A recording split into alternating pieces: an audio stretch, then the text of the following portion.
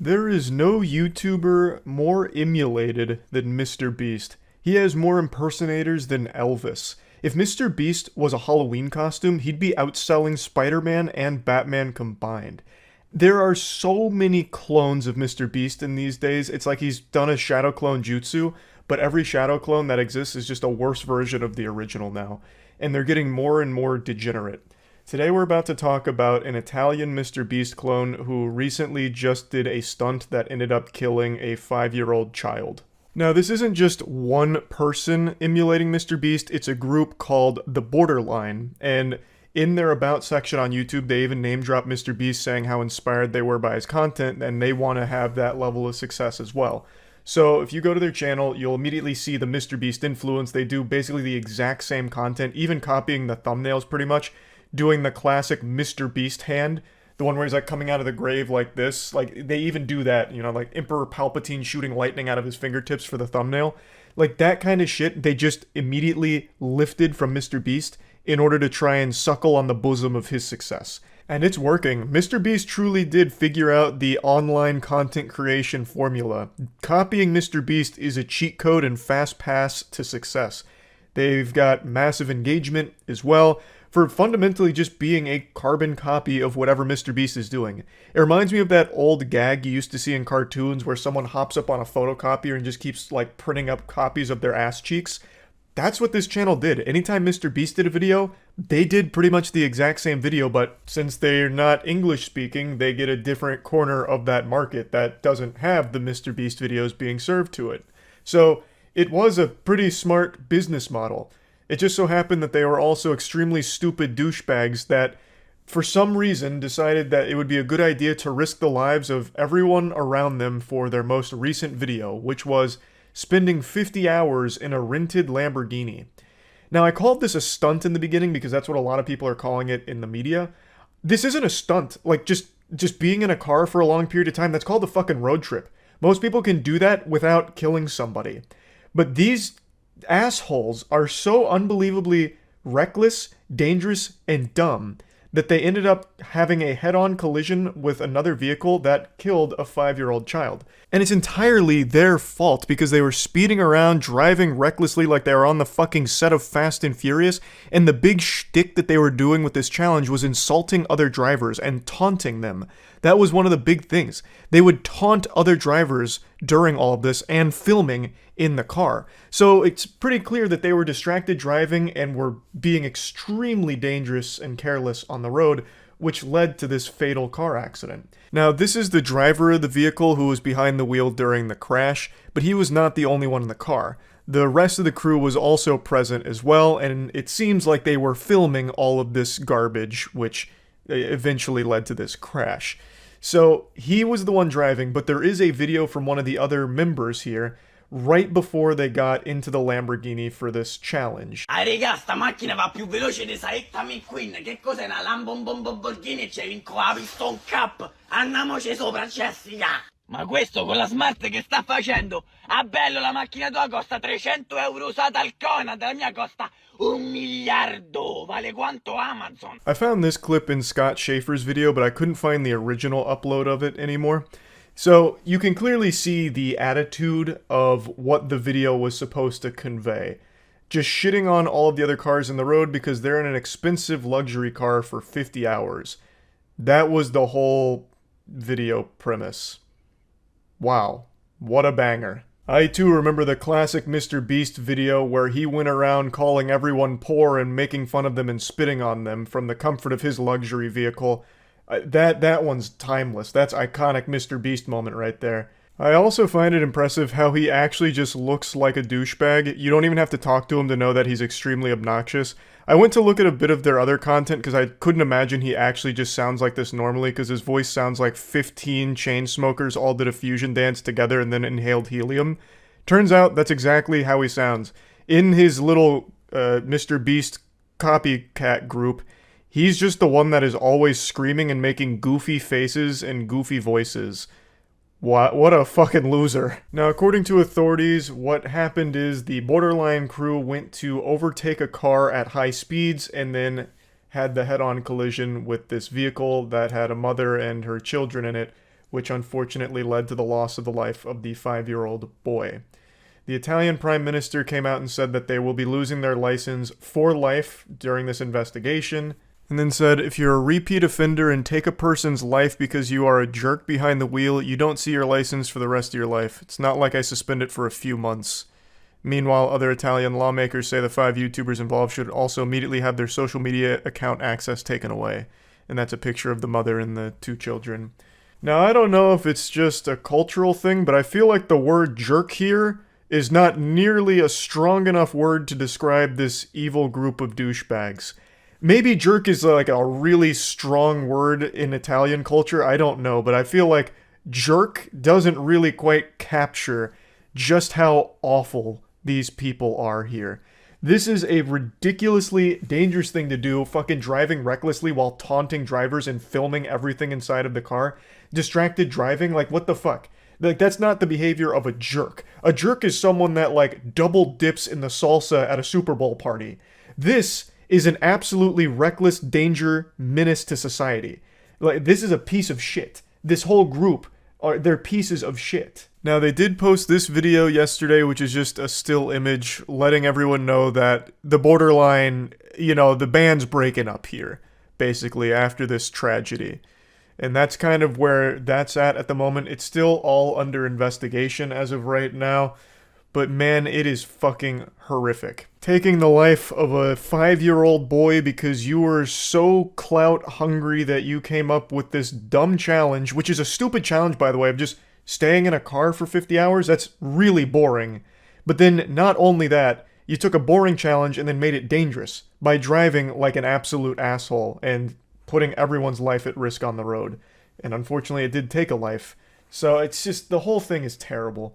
Now, the next thing I want to talk about here isn't necessarily pertaining to the story itself, but just more so the group as a whole, the MrBeast copycats.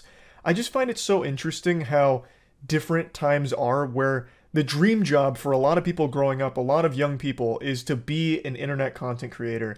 And this desire for social media attention is worth dying over or killing over. Like, this isn't the first time something like this has happened. Unfortunately, it won't be the last either. Because as people get more and more hungry for these internet points, they get more and more extreme with the shit that they do and film to try and get the attention. And I just find it so fascinating how different that is than when I was growing up. Times have really changed in a big way. I remember growing up in elementary school, they would ask you, what do you want to be when you grow up? And most kids give, you know, the very standard answers of, I want to be an astronaut, I want to be a firefighter. My answer was I wanted to be a professional basketball player and a professional football player at the same time. I thought I could really be the next Michael Jordan, but instead of baseball on the side, I played football on the side. And make no mistake, I was close. I was right on the cusp of achieving that goal, that glory. But unfortunately, the Lord had to nerf me, and I never got my growth spurt. I stayed 5'6". But imagine the athletic specimen, the weapon I could have become if I did get a little taller. I was so close. But the point is, that's really changed. Nowadays, most kids answer that question with, they want to be a YouTuber. That's like the #1 job occupation kids dream of. And for this group, they were living the dream. By all metrics, they were extremely successful. But they just kept getting more and more dangerous with the shit that they were doing for this viral fame, these viral videos, and then it led to this awful situation. It's just fucking sad. I have no sympathy for the YouTubers here. It is entirely their fault. They're old enough to know that what they were doing had very real risk involved. And I just feel horrible for the mother and the surviving child. This is a traumatizing experience that I have no doubt will most likely haunt them for the rest of their lives. And I'm wishing them nothing but the best here. But yeah, fucking awful situation that I just wanted to talk about a little bit. That's really about it. So yeah. MrBeast just dropped a new video where I compete in a big old game, but that's playing second fiddle to the drama it just spawned with me in the center of this singularity here. It sent Twitter into a piranha feeding frenzy here, with me getting spaghettified in the middle of this black hole of drama. So let's make like a package and address it. It's this clip right here. What's up, bro? Hey, nice How to are meet you, dude? I like your videos, dude. I appreciate it. I know you've talked some shit but Everybody hates Logan Paul. Is everyone around Logan just a fucking idiot? I'm always super happy that people don't take it personally, man. I don't. Okay, thank God. I understand I'm a and I appear to be a bro. So it's good to see you, bro. And also, Prime's pretty fire. Thanks, I'm not bro. allowed to say it on camera. I get it, bro. I get it, bro. Fuck, bro. Good luck today, all right? Yeah, likewise, bro. Likewise. People are already lining up with the pitchforks, lit torches, and spit out apple juice about how fake I am and how I folded in front of Logan Paul in person, cowering in fear, piddling my little britches. For some reason, the biggest part about that is what I said about Prime, which is like, oh, Charlie's super fake, he shits on Prime online, but in person, behind the scenes with the mask off, he actually loves it. I'm not sure if this is people maliciously lying about me, like Pinocchio, or if they just genuinely don't know, or maybe heard something that was wrong, but I've never shit on Prime. I've actually only ever talked positively about it on stream or in videos. Me saying it's pretty fire, but I can't say it on camera is literally the simplest joke ever, like a water cooler joke at work. I've talked about it on camera numerous times. Anytime I've ever been asked about it or have made a video where it's been a subject, I've always mentioned that I actually think Prime's pretty good. Like, here's a quick example from a video I made a year ago when there was those like wakey wine scams or whatever about Prime. All just to get their hands on some Prime. I've had it before because in the States it's not rare, it's not hard to come by. I could walk outside right now and find like an unopened pallet of Prime. It's really just in the UK that this hysteria is sweeping the entire nation. It's going absolutely crazy there. So I've tried it. I think it's good. I have no complaints, but I certainly wouldn't be beating some ass and being that desperate to get my hands on a bottle. And I still wouldn't. You wouldn't catch me running around like a fucking Frankenstein's monster trying to hunt down a pallet of Prime, but it's good. And I've always said that on streams and in videos, so I don't know where this narrative is that I've shit on it publicly, but behind the scenes I'm actually like an addict injecting it into my veins or lying to Logan Paul about it. I've always consistently said I actually like Prime. I think it's pretty fire. So I don't know why that's something that's sticking. Like, I prefer Gamer Sups, obviously, but that doesn't mean every other drink that's a competitor is bad. It's not. But now let's get to that second part where Logan Paul's spiritual pressures sent me to the floor like it was right out of the Bleach anime, and I was just trembling in fear to confront him directly. So, this was filmed a month or so ago, a little over a month ago now. Since then, he is now apparently suing CoffeeZilla. Either Logan or someone on his team is suing CoffeeZilla, which is a massive fucking L. That is brain dead activity for sure. But when this was filmed, that wasn't happening. What was happening was he was publicly trying to make amends with the victims of his CryptoZoo scam that he butt-fucked them all with, and as far as I know, he has been paying some people back, and at the time was still in the process of paying people back through whatever like program he set up for it. But there was none of this lawsuit going on, and one of the first things that he said was that he actually deserved all of the shit that he got for it, for all of the mistakes that he made. Ludwig was also there, someone else who was shit on Logan Paul, and Logan was saying something to a similar effect there as well, from what I recall. So at the time, he was in the process of trying to fix all the dog shit that he put innocent people through. And when I talked about this on stream and in the videos about CryptoZoo and what was going on with it with the updates, I had always said, as long as the victims are made whole again and they get their money back, that's a happy ending. But Logan is still a scumbag for ever doing it in the first place, which is something that he also said he deserved everything he got from doing that. So, I have always said as well that I never harbor hatred for someone who will actually change. There's nothing to gain with just holding a grudge forever. That's childish. If someone is actually willing to learn and grow from things, I'm more than willing to break bread with them. Logan Paul was very respectful of not only all the other competitors, but all of the staff at the event as well. So when he reached out to say hi, I was more than willing to be receptive and mature about the situation. He immediately opened up about all of the problems that he had caused and how regretful he was. So what would be the point in me getting there and just spitting on him if he's actually going to start being less of a piece of shit? That's the whole goal of calling someone out, so that way they can learn from it and not be that insufferable asshole anymore. Of course, fast forward to the current episode of Dragon Ball Z, and apparently he's suing CoffeeZilla, or someone on his team is, which brings me to that other statement that's floating around that video where I called everyone around Logan a fucking idiot. And that is super true, because I don't know who the fuck Logan Paul surrounds himself with, but it must be actual lobotomites, because I don't know who would sign off on Logan suing CoffeeZilla. But at the time, that wasn't happening. All that was happening was him seemingly actively trying to fix all of the things that he fucked in the face. Now, as for the not taking things personally statement, I've been very consistent with that from the very beginning. When I make a video about something, it's usually just for the sake of making jokes or being goofy about it, so I never really want whatever I'm talking about to be taken in a personal level or as anything like that. Though that does vary on a case-to-case basis depending on how serious the topic is, because I've absolutely crossed over the line in making things much more personal than they probably should. But usually I try and just keep it more surface stuff about why something is bad or whatever happened, whatever they did is fucking stupid or whatever. A great example is The Manny Show. I recently made 2 videos about The Manny Show's fraudulent copyright strikes, and The Manny Show just made a response video a couple days ago where they took full responsibility. They explained that they hired a monetization manager who kind of went rogue and started striking channels against The Manny Show's will. Once they learned about it, they immediately fired that person, and they just took it all on the chin, took full responsibility, and made no excuses whatsoever, and even addressed all the videos that were made about The Manny Show, saying that it was all warranted and that they understand that it came from a place of just trying to look out for the ecosystem. The Manny Show doesn't believe in censorship, and it was just a really good response overall. And The Manny Show didn't take it personally, even though what I was saying was very mean, for sure. Like, it definitely wasn't nice. I didn't exactly have the soccer boppers on. I was going fucking bare knuckle with some of the things I said about The Manny Show. They still didn't take it to a, like, personal offense or anything. Another great example is FaZe Rug. FaZe Rug was in this competition as well. FaZe Rug, I've also made a couple videos on making fun of. Absolutely. And FaZe Rug actually reached out like a year ago to talk about, like, you know, hey, I hope you don't hate me, Charlie. Like, I've watched your videos on me as well, and I want you to know, like, they actually made me laugh. And in person, FaZe Rug kept that same energy. He was a super nice guy who was talking about, like, yeah, that shit was kind of cringe, and the things you were saying made me giggle about it.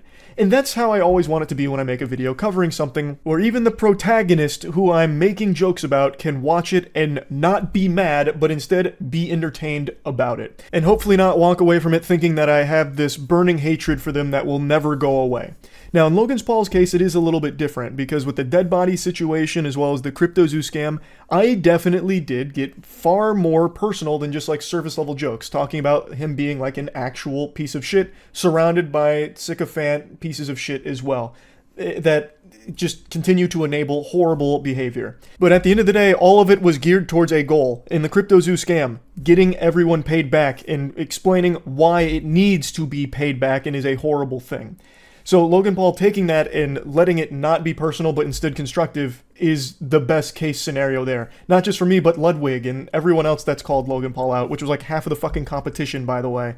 So it's just, I don't see why this ended up being a huge drama thing, because all of it's consistent with all of the shit that I've said on stream for like the last 6 months with Logan Paul. Since CoffeeZilla's last update on Logan Paul and MrBeast with the refunds, like where's the refund and where's all the money, following that and talking about it, I have maintained that as long as people are paid back, that's what matters. And as far as I knew, there were measures being taken place that were getting people their money back. That's a good thing, and hopefully Logan Paul can learn from this and this kind of shit won't happen again. All of this should really be nothing new. Here's another quick example about me always being willing to talk to or at least engage with people that I have called out on a personal level. The Sneeko beef. The medium rare beef that I had with Sneeko that lasted for a while culminated with me actually getting in a call with Sneeko and talking, person to person, about all of this shit. Just hashing it out.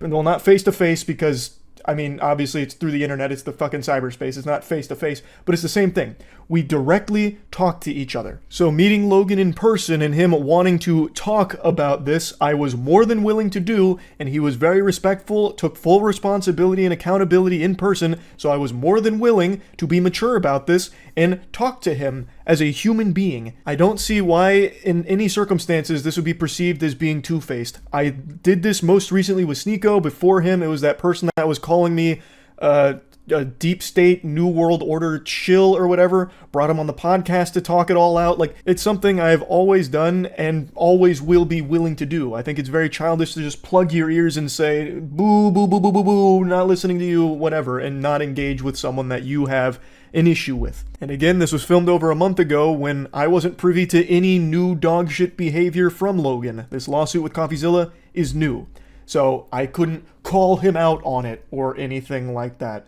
So I don't know what else to tell you other than this isn't anything new. I've always been more than willing to talk to and be mature with people that I have called out and had grievances with in the past, as long as they are willing to engage with me and be mature about it as well.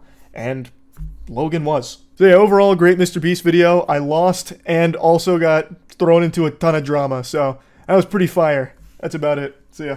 I really wasn't planning on weighing in too heavily on this whole MrBeast drama that's blowing up, calling him demonic for his newest video about curing 1,000 people's blindness. Because I feel like the only people that are going super hard on this, you know, making a big hoot and holler, calling it demonic, are people who are terminally online, like a Twitter prisoner, their soul trapped on the platform, forced to tweet 50,000 tweets a year, and pretty much find every possible thing to be upset about. I'm still just not convinced there's any real, breathing, sentient people that actually have these thoughts outside of Twitter. I think Twitter, for some reason, acts as like this exorcism to bring out the dumb demon within everyone. It's extremely easy to go on Twitter and say the stupidest shit imaginable and never register how dumb it is. I don't know, that's just the Twitter brain rot in a nutshell. It's very easy to do things on there and feel like you're being productive, like you made a mean tweet or you complained about something, thus you're improving the world. Anyway, I'm already getting lost in the sauce here. I'll break down the situation. MrBeast made a video a couple days ago where he paid for people's life-changing surgery for restoring eyesight, giving them eyesight for the first time. It was a very big video. Performed extremely well, tons of views, but it also spawned tons of controversy, which isn't surprising at all. I'm sure everyone saw that coming. This wasn't a shocking revelation. It was about as surprising as learning that poop smells bad, because everything is controversial to someone, no matter what. And I know this has been said a million times now, but it is the truth. If MrBeast made a video talking about how he found the cure for cancer and is giving it away to, like, for free for everyone, forever, there would still be a large group of people online that would be comparing him to the Antichrist and saying he's only doing it as a selfish means and it's exploitative. Like, we've reached this point where everyone has to be mad about something, no matter how positive it is. It's pretty much a giant fucking parody of civilization at this point when it comes to how Twitter responds to shit. But anyway, he makes this video, he pays for all of these surgeries, and he gets blasted on Twitter for it by a large group of people. I'll just go ahead and bring up probably the biggest tweet that people were talking about. It's this one that talks about it being demonic and not being able to explain why, which is always such a beautiful argument. This thing sucks, but don't ask me why, because I can't explain it. It just does, because everything sucks to me. Fuck everyone and fuck everything. Everything's negative. It's a really great point that they're making here, but anyway, this led to a large discussion and people debating, is it even a good thing what he's done here? So let me weigh in here. You know, here comes MrBeast's unpaid PR guy coming out. I think it's a good thing. I think there's a lot of good arguments to be made about the state of medical treatment like this, how 1,000 people could have had life-changing surgery if they were just born wealthier, or if they were a bit luckier with their financials, if they just had a good spawn in life. They could have been able to afford this life-changing treatment and been able to see. But it's been paywalled, and they couldn't afford it. And the only way they were able to get it is because MrBeast wanted to make a video out of it. That's a very real problem. But it's a problem MrBeast didn't create. He's not the supervillain puppet master behind the scenes making these treatments unaffordable. This is so weird to target him. It seems very misguided instead of going after the actual issue at the core of all of this. The gift of sight shouldn't be something that you have to fucking be lucky enough to afford. Treating vision like some kind of DLC paywall package is so fucking awful. A lot of people criticize this because he made a video out of it saying, well, you could have just done this on your own, which you could have, and I always agree that that's a very fine thing to point out. I've always agreed that doing good deeds in private is far more genuine and authentic than doing good deeds for the sake of public brownie points or reputational benefits. A YouTuber making a video, giving homeless people money for 12 hours challenge, impossible. It's like, oh, that's kind of fucking weird. But I've also always maintained the stance of, yeah, the motivation may have been selfish, but those people did get money that is no doubt going to be helpful for them. So it's a good deed done by a less than good person. And the thing with MrBeast is, he does do a lot of great shit for his community in private. So when he does do these public displays of doing good things, I never get the impression that it's inauthentic or coming from a place of trying to, capitalize on the back of suffering or anything like that.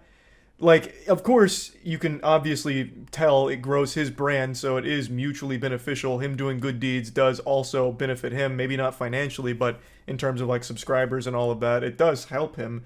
But both things can be true, that he can be genuinely wanting to help people while it also helping himself. But I feel like MrBeast, given his track record, has shown that he does these things to hopefully inspire others, and the money he makes from this content usually goes into other things that help other people, like MrBeast philanthropy, for example. So it's always fueling a greater good regardless. But something that is important to point out is that, yes, it does grow his brand. He benefits from this. Even if it's not financially, he obviously is going to take a huge net loss on this because of the price of these surgeries. His brand does grow from it. But I ask, is that a bad thing? For so long, people have called for positive role models to be the people that are successful and popular. And now you have someone like MrBeast, who is the biggest YouTuber, and almost all of his content is focused on improving other people's lives, whether it's directly through financial incentives, through MrBeast philanthropy, food kitchens, paying for 1,000 people's eyesight. Isn't that the exact kind of content you would want to be successful? Let's hop into the septic tank and play around in the shit takes for a moment. Let's say MrBeast is truly rotten to the core and everything he does is driven for selfish gain, of growing his brand and all of that. No matter how you spin it, 1,000 people in this video just had their lives improved for the better. And let's say other selfishly driven assholes watch this video and they see the amazing amount of views on it. Well, they might do the same thing. 1,000 more people get their blindness cured by another YouTuber who wants a ton of views. Also, real quick, MrBeast didn't find the cure for blindness. It's not like he was digging in his backyard, found buried treasure, and it was just like this fucking panacea to cure blindness or anything like that. He is paying for surgery that currently exists. Just wanted to quickly clear that up real quick, just in case anyone keeps seeing these headlines and are convinced that Dr. Beast came in here and found some kind of wild blindness cure. But anyway, it doesn't even matter what the motivation behind the videos or the act is, because no matter how you spin it, there's the immutable fact that 1,000 people just had their lives improved for the better. Even if MrBeast is the result of a fusion dance between Darth Vader and Doctor Doom, it wouldn't change the fact that 1,000 real people just experienced a very real improvement in their life as a result of them making that video. Which in my opinion is a good thing, and I feel like most people should feel the same way. There's plenty to be mad about with the core problem here, which is these people should have already had access to this treatment without MrBeast needing to make a video on it. That I completely agree with. But that doesn't make me mad at MrBeast for doing it. That makes me upset at the system that's currently in place enforcing that. That is the issue, not what MrBeast has done. And I'm so fucking tired of hearing this term poverty tourism tossed around when talking about MrBeast. It just shows such a gross misunderstanding of what that even means. To try and slap that label on what MrBeast does is so fucking off the mark.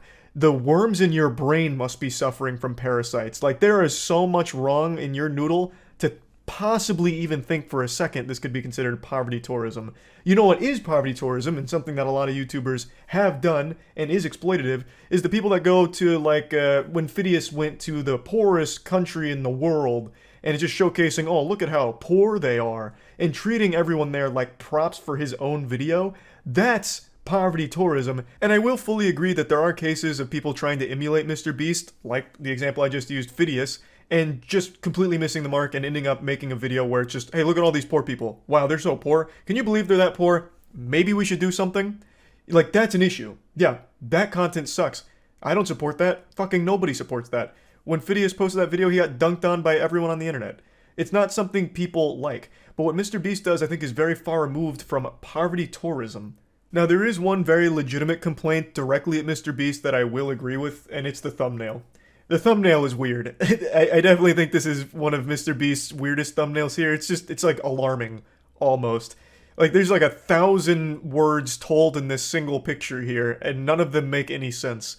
So yeah, I think the thumbnail is very odd. But yeah, thumbnail aside, I think what he's done is a good thing, obviously.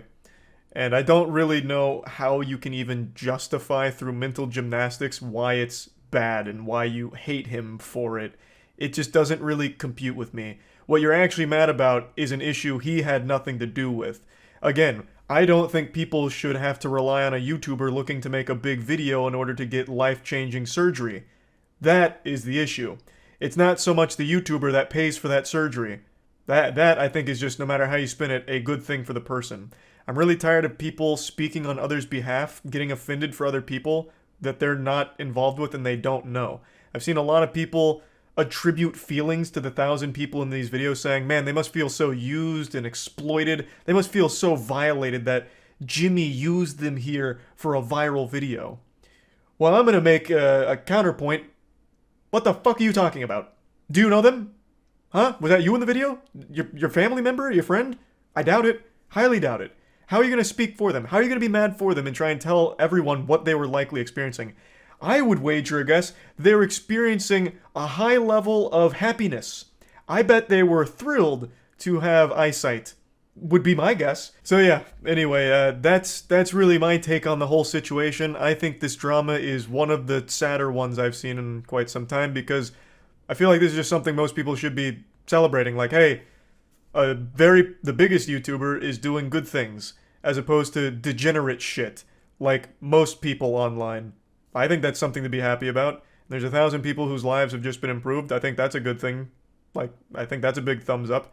There are issues you can talk about as a result of this, and there is a really good discussion to be had about, like, the actual core thing regarding the surgery and the cost of these kind of procedures. I think that's a good conversation to have, but I don't know why it comes back to MrBeast being a bad guy for paying for the surgery. So yeah, I just wanted to talk about that. That's about it. See ya. No one likes Twitter. Twitter is trash. We all know this. It's not a hot take, and it's not exactly brave. No one's going to sit there and, like, applaud me like, hey, Charlie's really finally saying what everyone else is too afraid to say. No. Everyone knows Twitter is probably the worst social media platform to ever exist. The more you engage with Twitter, the more likely you are to throw yourself into an oncoming train. But just like everyone else, I become a little zombie and check Twitter every now and then just to scroll through and see what's going on in the world and the people around me, what's going on with all of them. Twitter's a lot like my asshole. It's stinky and full of shit, but I can't help but play with it sometimes. And this morning I got up and I checked Twitter, and something just immediately made my day worse for having read it. Twitter is the real-life equivalent of the chapter black tape from Yu Yu Hakusho. This is an obscure, turbo weeb shit reference, but in Yu Yu Hakusho, there's something called the chapter black tape, which is just a collection of all of humanity's most horrifying moments. Just this phase montage of, like, war crimes and horrible, horrible shit. And when someone watches that tape, they begin to hate humanity and are convinced that they're not worth saving, that humanity doesn't deserve to survive. That's what Twitter is. But instead of, like, showing you horrifying crimes, it shows you horrifying takes and convinces you that the world is too stupid and humanity's not worth saving because we're too fucking dumb. This is the tweet that really greased my ass first thing this morning that I want to talk about. Hot take, but I feel once you've reached this level of wealth, maybe you should be using said wealth to benefit the impoverished and not use it to recreate a show that is a direct critique of the exact thing being done here, but hey, that's just me. This is in reference to MrBeast and his upcoming Squid Game video. This is not a hot take, this is a dumb take. This is what scientists call posting cringe on main. This is a stupid fucking statement. Squid Game, the actual show, cost $21.4 million to make. That money could have been used to help the impoverished in the community, but it wasn't. It was used for entertainment. Interesting. It decides to critique society while also participating in it. Very curious. It's critiquing something that it is directly benefiting from. Interesting. Why didn't they point that out in this tweet? The $21 million for Squid Game, the show, is a lot more than the $2 million MrBeast is spending. Why didn't they mention that? It's weird that they focused on MrBeast, who is well known for helping a lot of people through his videos and the money those videos make. What's interesting is, the Squid Game money and all that's generated for Netflix will never go to helping people, but MrBeast making this Squid Game video and the money that will make will directly go to food banks that MrBeast owns and helps people with. So they chose someone who is literally going to be helping people with the money the Squid Game makes, instead of the Squid Game itself, which was 10 times what MrBeast spent and will never help anyone in the community. And I'm not saying the Squid Game team has that obligation and they have to use the money in that way. I'm not here to control how they spend their money, but Twitter certainly is.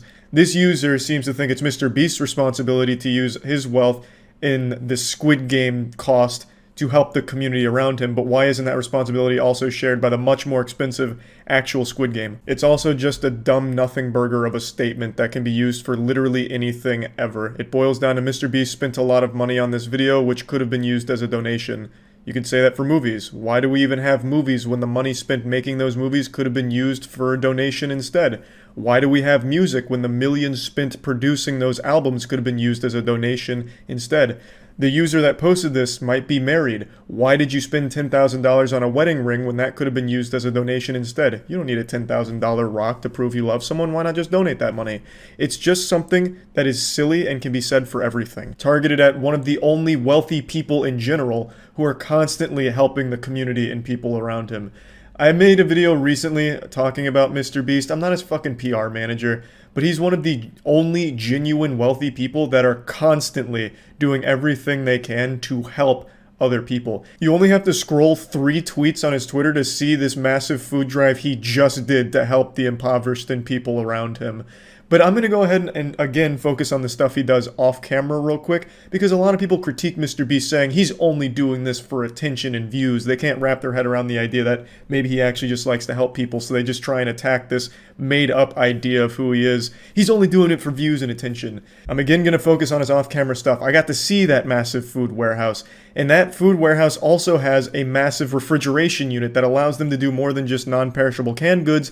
It allows them to do vegetables and cold products as well, and it's an extremely rare thing to have because it costs so much. But MrBeast went the extra mile with his food bank because he wanted it to be able to serve his community in the best possible way. And this is like a full-time job that he has, running that food bank. He also has that MrBeast's philanthropy channel. I sound like a fucking advertisement for this guy, but I really suck his dick hard because he is exactly the kind of wealthy person people have been begging for, and he's still getting shit for it. That MrBeast philanthropy channel, 100% of the revenue that makes and the brand deals all go into that food bank, which is serving his community. He is doing like millions of pounds worth of food to his community every month, and he is running this every single day, and he is still getting steamrolled by 12-year-olds on Twitter as if he's not doing enough. All of this being done off camera, and no matter what, it's a lose-lose situation on Twitter. If MrBeast shows these things, then people attack him for being a fake, he's a fraud, he's only doing it for attention and views, and if he doesn't show these things, well then they don't exist and everyone's lying, he's making it up. No matter what you do on Twitter, it is a lose-lose situation where no one will be pleased. Twitter's a platform that is only there to be negative, bully, and shit on things no matter what, because that's the most engagement. That huge fucking dopamine hit of the extra 5 hearts on your shit just makes that cock rock hard, baby. That's what makes me so mad on Twitter, is that no matter what you do, it's never enough, because Twitter's a platform that is just made to reward shitty takes and dunking on people, even when it's just completely wrong and misguided. People are just there on Twitter to bully each other, and they try and like out-perfect each other. So they use this idea of perfection, like in this take. If I had this millions of dollars, I would obviously be donating it to the impoverished, but I don't, so I'm not responsible to help anyone. It's MrBeast's problem, time to dunk on him. Now let me spread these cheeks a little bit further and dive in. The user who posted this awful take has 16,000 tweets on their account. That's a lot. I have like 300 hours total on Twitter scrolling, and I only have 2,500 tweets. So let's just go ahead and be really generous and say they have doubled the amount of time I've spent on Twitter. So they have 600 hours worth of Twitter scrolling. There's so much more you can do to help the community than just donate money. You could have spent that 600 hours volunteering at a shelter, helping out at your local food bank. You know, you could have donated your time to helping your community, but you didn't. You chose to whine and complain on Twitter for 600 hours. Why is it only MrBeast's responsibility to help the community? Don't you also have that obligation? You're choosing not to, and I'm very disappointed. You're taking this road, and it's not just this person. I'm singling them out because this is the tweet that really, it tilted me a bit. It had me fucking inting down mid lane. Like, it was actually pretty upsetting to read. Everyone wants a wealthy person who's extremely generous to the community and doing things to help the community. And we have that with MrBeast, and he is still getting shit for it. Blows my mind. But anyway, this user is not the only one that thinks this way. They all cast this facade that they are perfect. And if they were only rich, they would save humanity. But the thing is, they're not doing anything currently to show that. This user who is getting upset at MrBeast for not doing enough is also doing nothing. Even though there is so much more they can do than just donating money. Like I said, there is so much you can do that isn't just financial to help the community, and they're not doing it. So why the fuck are they gonna get mad at MrBeast, who is doing both time and money constantly for the community? He is not just blindly throwing money at charities that do nothing. He is making his own organizations that are extremely efficient at it. Like, what more could you possibly want? He is doing it full time, off camera, because he is genuinely just trying to help people. And he is still getting blasted on Twitter because he spent a lot of money on a Squid Game video, where the money from that Squid Game video will most likely directly go into his philanthropy, which will in turn help a lot of people, and still getting shit for it. Twitter is a platform that just keeps you stupid and makes you dumber every time you log on to it. Everything has to be negative, even when it's like a genuinely positive situation, for no fucking reason other than just some cheap engagement and internet updoots. This was a horrible take, and so many people retweeted it, commented on it like, yes, preach, this is what I've been saying. Just donate the money instead of make a video out of it. Come on. Like, it doesn't make any sense. They could say that for everything. Instead of making movies, why not just donate all the money that the movies would have cost?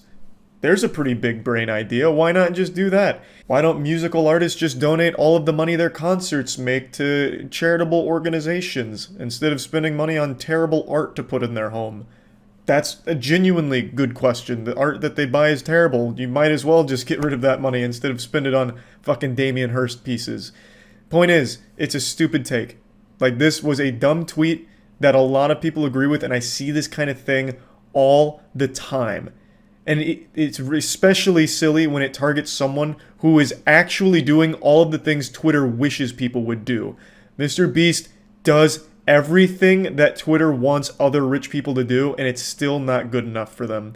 So yeah, I just wanted to talk about this because Twitter is and always will be and always has been an absolute dog shit platform. That's about it. So yeah.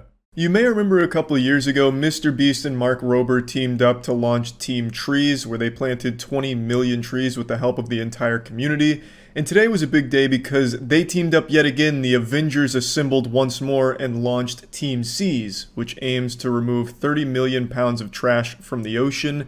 And they've called upon the community to help them yet again. And much like the Powerpuff Girls, I answered the hotline. I love a good cause and I love the help. If you want to help, I'll put a link in the description below. It's $1 donated equals 1 pound of trash removed from the ocean. Now, when I first heard about the project, I wanted to do something big, like, you know what? I'm gonna fucking fly a blimp with a giant fishing net dangling from the bottom and pick up 100,000 pounds of trash myself and fucking manhandle that and throw it on the landfill or something. I'm gonna do my part.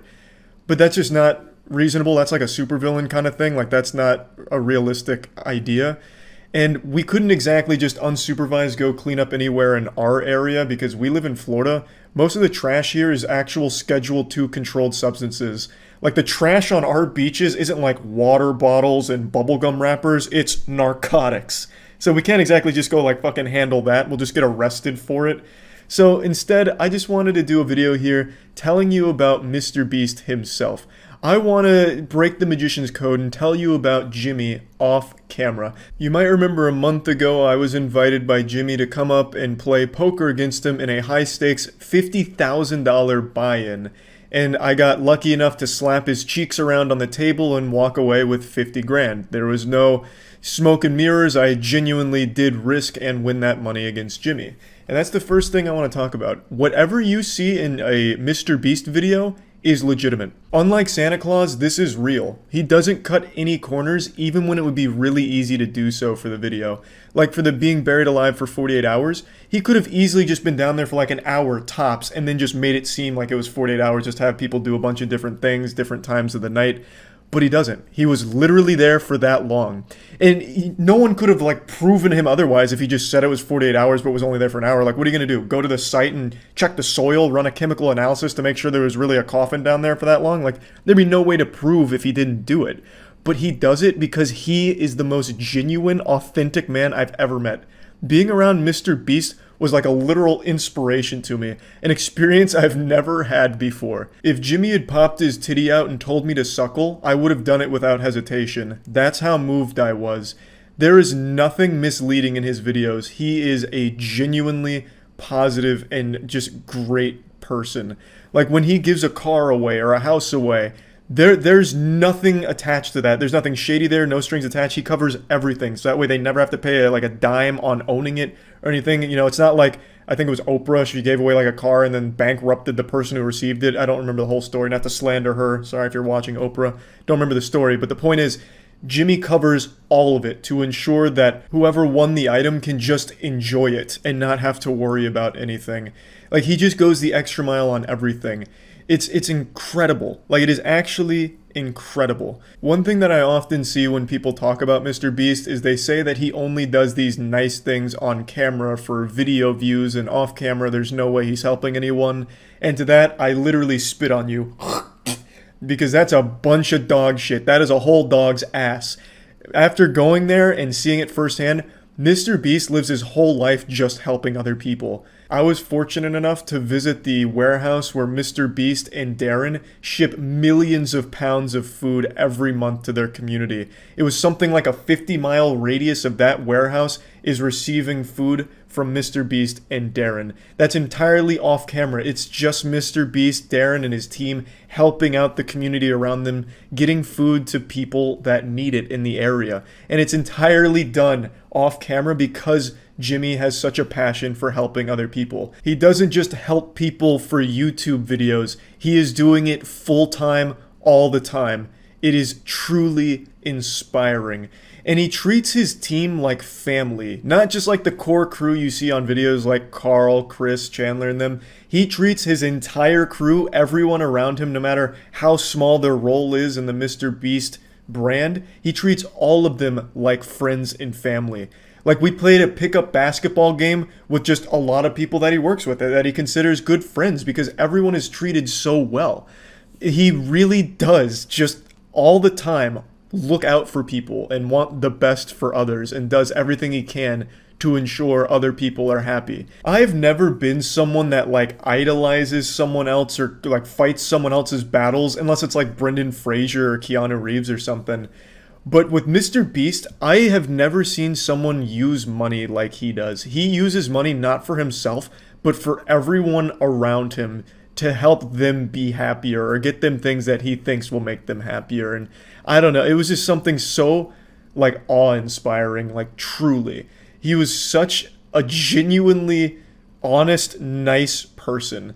And I feel like a lot of people have this impression where if you're doing nice things on camera, you're probably an asshole off camera. And yeah, for some people that might be true, but for MrBeast, fuck man, he might even be like a better person off camera. Like, it's actually incredible. I mean, shit, there was one time where we went to a place where they were filming a video and a nearby tree had to be cut down for the video to occur.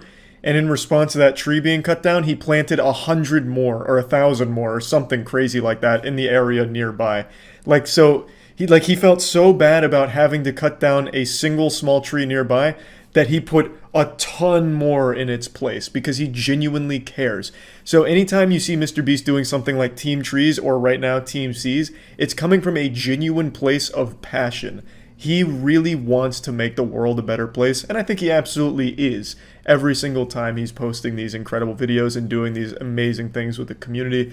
So I'm always super happy to be involved. Now, Mark Rober, hey, he could be a wild card. I don't know anything about Mark Rober. All I know is one time William Osmond tried to call him when he was over at our warehouse, and Mark Rober didn't answer. So take that for what you will. I bet Mark Rober's a great guy as well, but I can tell you from firsthand experience, MrBeast is an incredible guy. There is nothing fake about that man, and I just wanted to share that because since doing the poker tournament, poker match, a lot of people wanted to know a little bit about like what Jimmy's like off camera, because I feel like, you know, he's not the kind of guy to say anything like this about like some of the incredible stuff he does for his community, but I'll tell it for him. I'm like that dad who's really proud of his son, except my son is significantly more successful and just like a fucking better person and everything than me. So, and I'm also not related to him at all. So more or less, I'm just like a super fan. Like, I'm a K-pop stan for MrBeast. I just wanted to share that because I was truly blown away by that trip. If I had to think of one negative thing about MrBeast, it's that he got me addicted to gambling. Now I just think about poker pretty often, like I want to start playing more poker, and that's probably a very bad thing because I got very lucky in that poker match against him. But yeah, that's like the only like negative thing I could even think of. The guy is truly just a class act, and I just wanted to share that. TeamSeas is yet another incredible project that MrBeast is a part of, and what he and Mark Rober are doing is just amazing. I think it is a truly fantastic thing. So if you're interested, click the link in the description below. Every dollar you donate is a pound of trash removed from the ocean. And yeah, that's about it. So yeah. I don't want to give anyone a heart attack here with shocking information, jump scares, so this is your fair warning. Cold water is coming your way. I am not a survivalist. There. I said it. It's out in the open. Let that stew marinate in it a little bit. I could not survive in the wild no matter what. If I was born 400 years ago, I wouldn't have lived to see my 10th birthday. I would have probably died in the jungle from being mauled by an animal or starving to death. And the most embarrassing part of starving to death for me would have been I probably would have collapsed, keeled over, died right in front of a ton of edible berries that were completely safe for consumption, but I'm too much of a hypochondriac to have even tried. But even knowing all of my shortcomings here, and also knowing I'm short, I'm not a pussy. So when MrBeast issued a challenge to me to survive in his wilderness for 24 hours, with a smile on my face, I said, you bet your sweet bippy I'm gonna be able to do that. That should be pretty easy. That's child's play. 24 hours, I won't even die of starvation, and I brought a bunch of water. So, bare minimum, I'll at least be alive. Maybe not in the best condition, but I would have survived, I would think. What's up, guys? I'm Moist Critical, and you're watching a 24-hour camping challenge. Yep, we're gonna be sitting here for 24 hours. He's gonna be sitting here with his friends. So MrBeast posted a video a month ago where he had two strangers live in the forest on his property, and every day that they survived, they got $10,000. They ended up making it over 70 days and made a ton of money from it. And when watching the video, I thought it looked pretty manageable. Like, I'm not great with my hands other than a nice, beautiful three-point basketball shot, but I still thought I could definitely do that, especially because I wasn't doing it alone. I still had all my friends with me. So I was ready to get my hands dirty. Me and the whole squad here were pretty eager to do this, and we even wanted to do a little cryptid hunting on his property because North Carolina has, like, some beautiful cryptids, apparently, like the Boojum, apparently, which is a cryptid, like a really giant hairy thing, kind of like Sasquatch, but with a fascination for precious metals and women, apparently. So I was like, that's awesome. We can catch the Boojum while camping out on his property, drinking brewskis, because it's going to be easy. See you at the 24-hour mark. Need anything? Nope. Good. Bye, If you Jimmy. die, am I liable? Nope. All right, what if someone broke a leg? No, that's fine. We have coverage. You're good. Okay. You're so good for Well, lending then us. with that, have fun, boys. Bye. I don't ever want to go back to civilization. So good. This is like we're playing Minecraft. Yeah, no, it's this easy. is like Rust. I played Rust. All right, We're camping. Yeah, so we're camping. We got a checklist to go through. Turns out it's not easy at all. So the whole video of this experience is on the other channel. I'll put a link to that in the description if you want to see the whole thing. I'm just going to show you some of the highlights, if that's the word you can use for it. It's really kind of lowlights, because from the very beginning, we couldn't do a single fucking thing correctly. So it's not just me being incompetent in survivalism.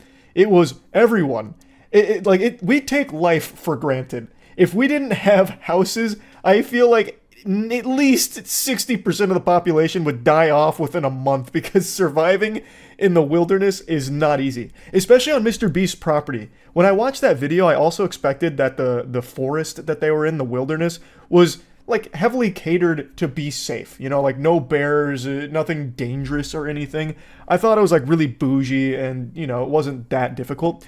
Well, it turns out it's just fucking God's country out there. It is actually just untouched jungle.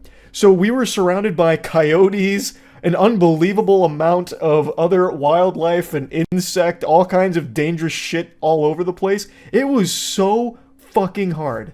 How's he doing? That's some big wood. That is some big wood. That's some big wood, and he's making a smaller wood exactly like we need. Charlie, do you think you're the best camper? Yep. All right. Don't let my appearance deceive you. I know I may look like a vampire lumberjack, especially in that beautiful attire, but I didn't know what the fuck I was doing. I know how to chop wood.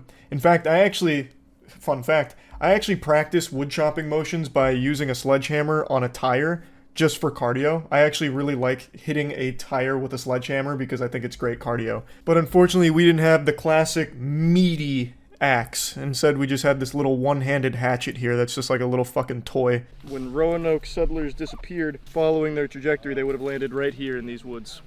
Huh. They could still be out here. So look out for little eyes peeping back at you when you're looking one of in those the woods. This is what it's all about. This is what it's all about. In big city living, sometimes you forget where we came from. It's good to go back. And sometimes, you know, it gets so bright out there you can't see the stars. Yep. You can see them today, though. Yep, look at them up there. Yeah. Chemtrails. You get them all? Mm-hmm. Show them one more time.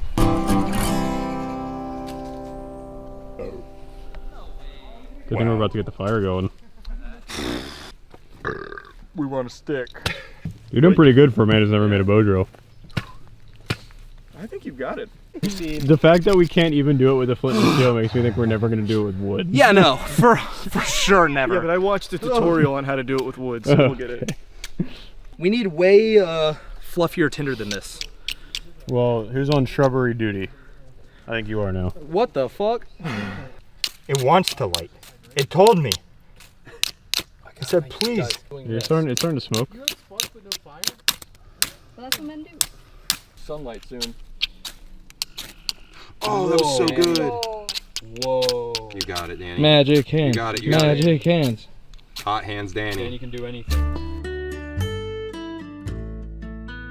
2 hours later. I think you get in the next 10. I think so, too. I've been thinking that for a long time. 7. You got this, brother. 6. Oh, there's smoke. 3, 2, there it is. This is the one! Oh. We went through the whole tech tree on how to make a fire there. So we initially started with just hands and stick.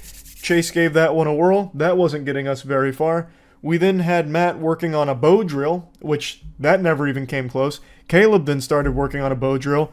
That got a little smoke for a second. We then went to flint and steel.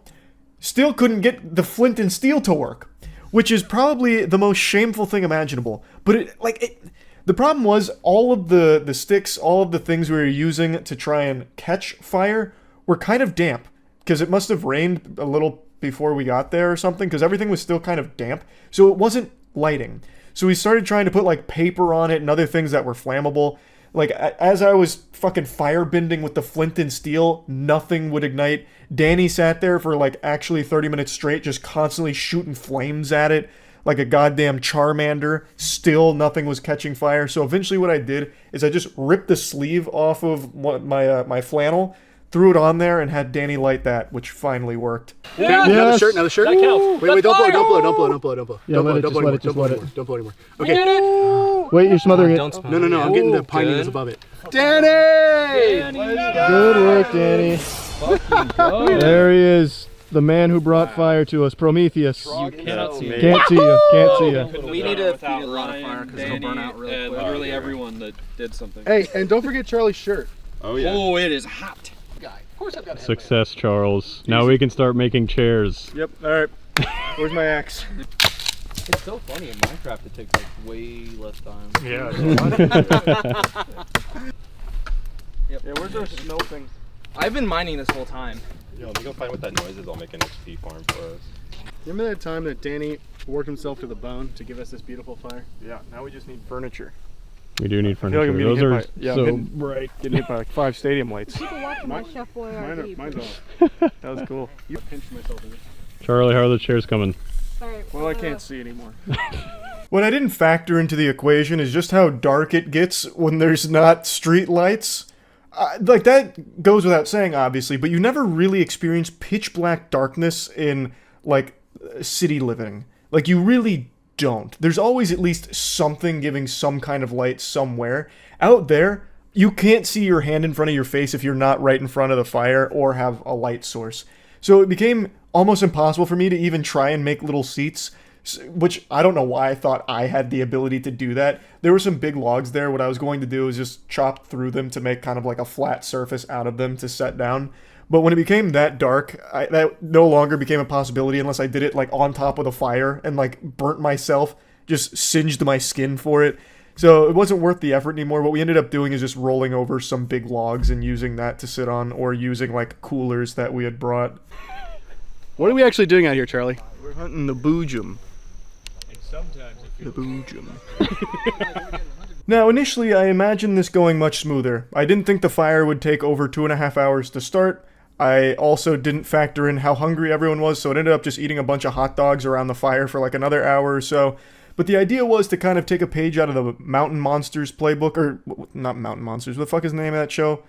Mountain Men? Mountain Monster Men? The group of people that go out and hunt cryptids in the forest, and they use all kinds of whatchamahoozits to try and catch them.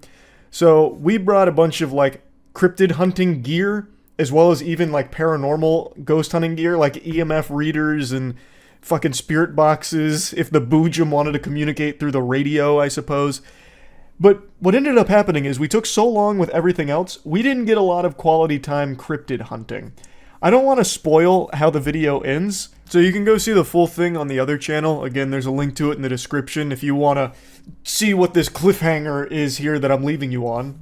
But I swear to God, it doesn't do it justice just how perilous the situation was at the time. So, I don't want anyone to think that we're cowards for how the video ends. It really was actually not safe, I don't think. Anyway, we didn't catch the boojum. We never even came close. Our cryptid hunt only lasted maybe like 10 or so minutes before things just got out of hand. So, anyway, I just want to talk about this a little bit and just give strong appreciation for the two guys in that MrBeast video that made it 70 days out there. Granted, they didn't stay in the location we stayed at for the whole time. They did move, and I think that was probably for the best, because where we were at fucking sucked. Like, we constantly were hearing coyotes. There was just nothing to even, like, grab that you don't have to, like, hike through a swamp for. It was miserable. We ended up using their hand-me-downs for a lot of like the materials, like a lot of the wood we were using was some of the wood that they were using back in the video. So we ended up just like reusing some of their shit. We even grabbed their fishing lines to try and fish. So like we found this thing of wood they made with fishing hooks on it. We used that to try and catch things as well, to no avail. Like, it cannot be understated just how impressive what they did is. Especially now after we tried to experience it as well. It's fucking brutal. Anyway, though, just want to talk about this a little bit. MrBeast almost got us killed. Also, when I ripped that sleeve off of my shirt, my left arm ended up getting eaten, just absolutely fucking feasted upon by every bug in North Carolina. I hated that. That was awful. That's about it. See ya.